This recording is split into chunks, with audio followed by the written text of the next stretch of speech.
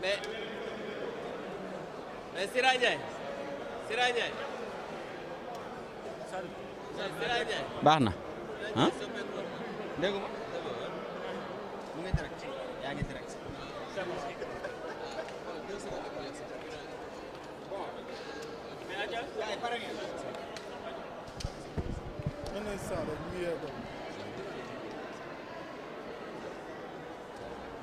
baax na.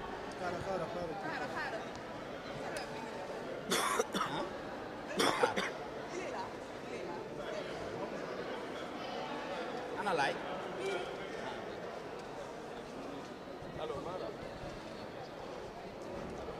mais yow Aba wax na sànq.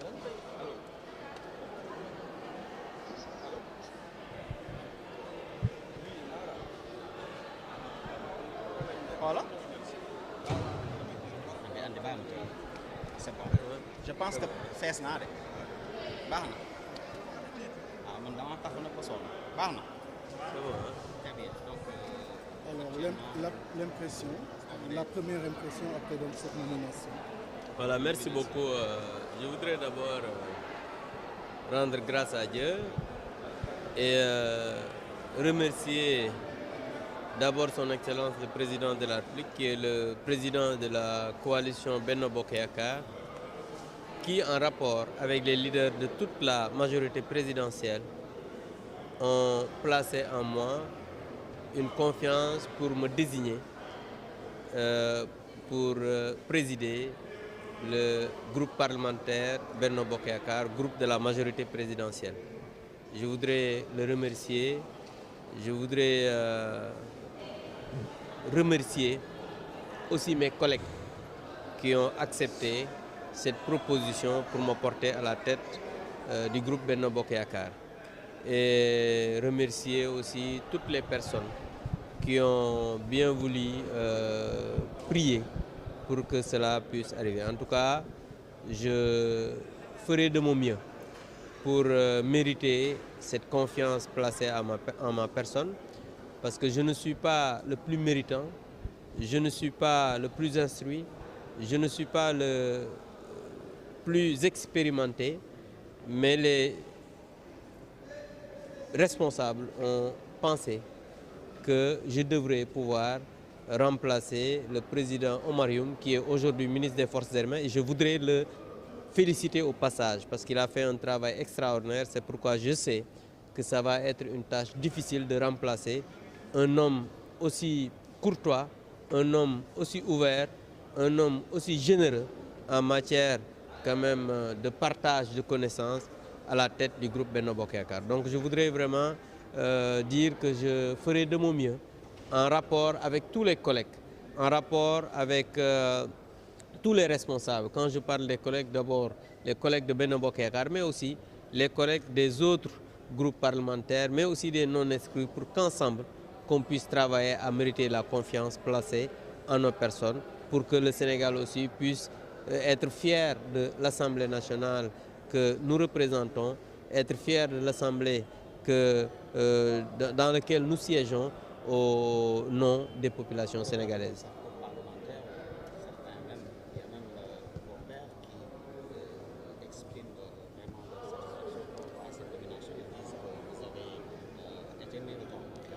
Mais vous savez,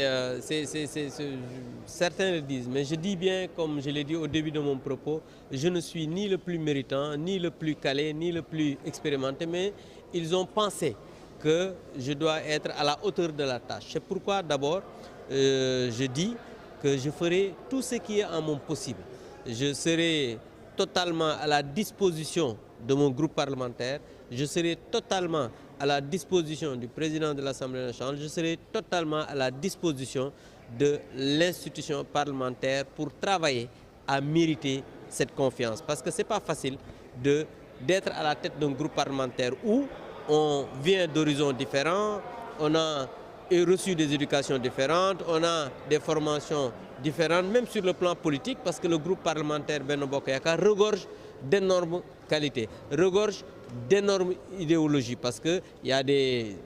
socialistes, il y a des libéraux, il y a des trotskistes, il y a des maoïstes, il y a énormément d'idéologie qui se retrouvent au sein du groupe Benno Bokk Yakaar, comme le président de la République a eu à diriger la coalition Benno Bokk Yakaar pendant pratiquement 12 ans. Donc c'est pourquoi nous savons que la tâche ne sera pas facile, mais avec l'appui des collègues, avec l'accompagnement des uns et des autres, avec les prières, nous allons essayer de mériter cette confiance. Alors, vous parlez de tâches, vous arrivez à un contexte où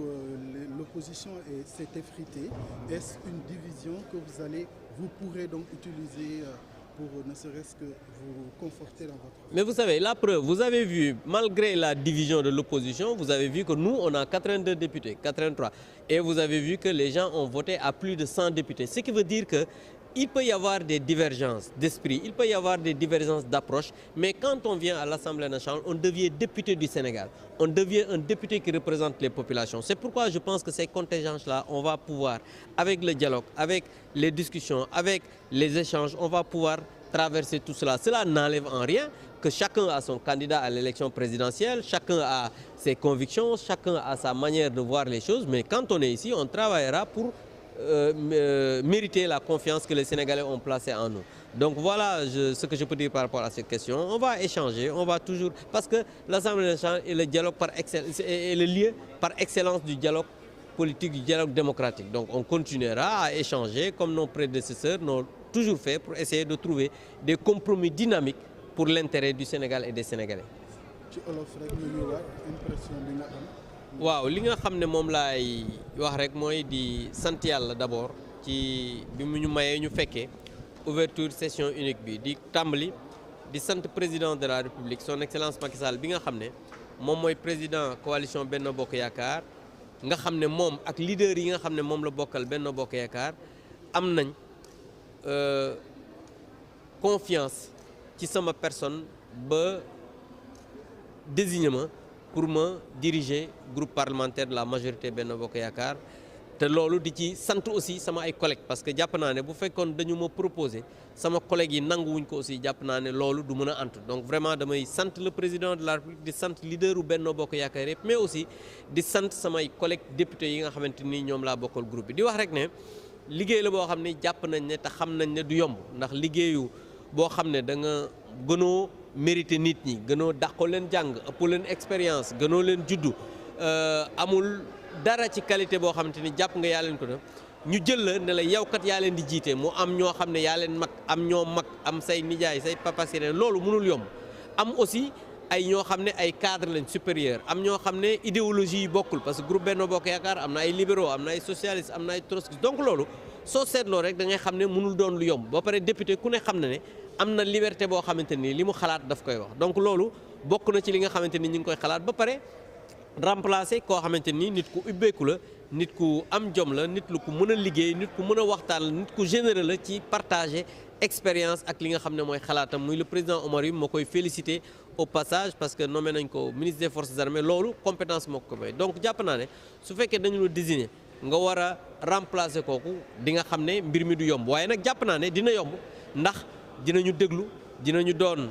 bàyyi faalu suñu collègues yi mais aussi dinañ nekk à la disposition du président de l'Assemblée nekk à la disposition de tous les députés parce que Assemblée nationale boo fi xasee dugg nekkatoo député fenn député Sénégal nga donc jàpp naa ne loolu aussi dinañ fexe mériter confiance boobu nga xamante ni placé nañ ko suñu personne. beneen bi nga wax léegi moom mooy wàllu opposition bi ndax division bi duñ ko déedéet division bi dama jàpp ne mënul ñàkk. parce que même ci biir ñoo xam ne dañoo bokk famille politique da ngay gis ay jaaxasoo parce que ñi nga xam ne tey wax nga ne léegi division ñoo àndoon ñëw groupe parlementaire ñëw Benno Bokk Yaakaar ñëw fii ci assemblée nationale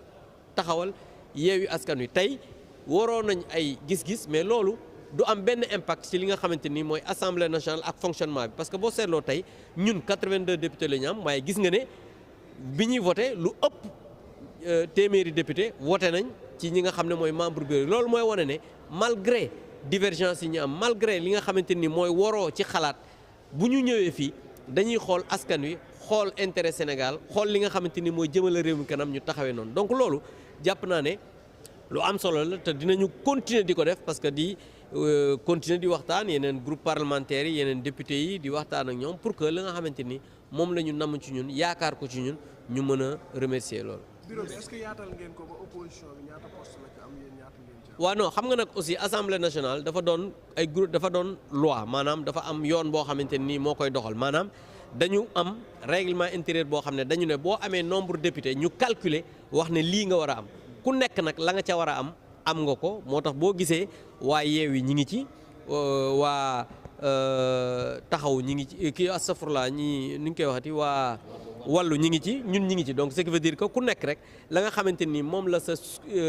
nombre de députés jox la am nga ko donc juste pour répondre à votre question par rapport au bureau aujourd'hui nous avons une loi organique qui est le règlement intérieur de l'Assemblée nationale qui répartit selon un calcul chaque groupe par rapport à ton nombre de députés ce que tu dois avoir par rapport dans le bureau. C'est pourquoi il y a Benno Bokk Yakaar, il y a Wallu dedans, il y a Yewwi dedans. Donc moi je pense que sur ce plan, il n'y a aucun problème, les calculs ont été bien faits. C'est pourquoi vous n'avez pas entendu de problème dans la composition du bureau. Merci beaucoup. Voilà, merci. Voilà. Donc mu ngi noonu ñu ngi doon waxtaan ak ki nga xamante ni moom mooy le président du groupe parlementaire Benno Bokk Yakaar Abdou Mbow moom lañ doon waxtaanal léegi ci li nga xamante ni moom mooy composition bureau bi donc gis ngeen ko actuellement assemblée nationale tënk na li nga xamante ni moom mooy